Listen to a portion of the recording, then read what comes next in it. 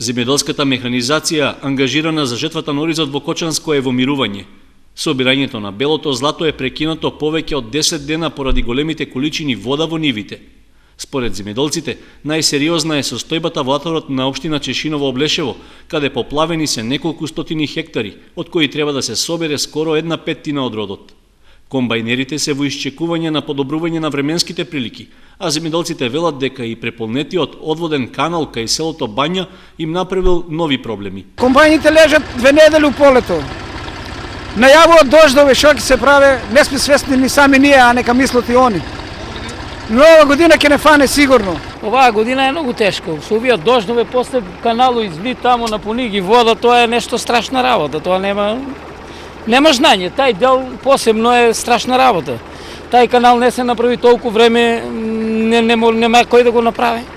Место да донесат материјал да го појачат они од каналот зема и на истото место веќе каналот направи продор и при што направи поплава на Бањски водатар, во село Облешево, Чифличко, водата се проби во Чешиновското поле каде што оризот веќе е во вода.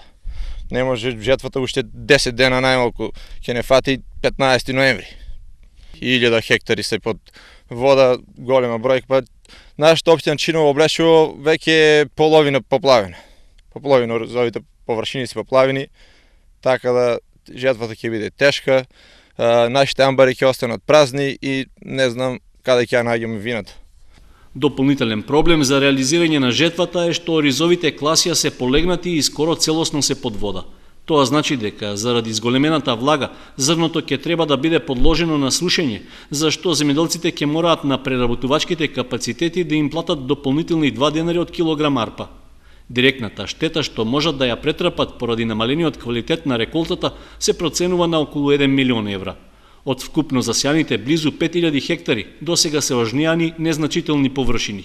Така што целиот род, што се очекува да тежи 30.000 тони оризова арпа, се уште е во нивите.